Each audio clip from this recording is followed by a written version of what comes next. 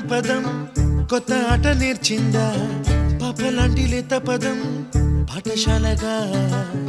కూనలమ్మ జానపదం పల్లె దాటి వచ్చిందా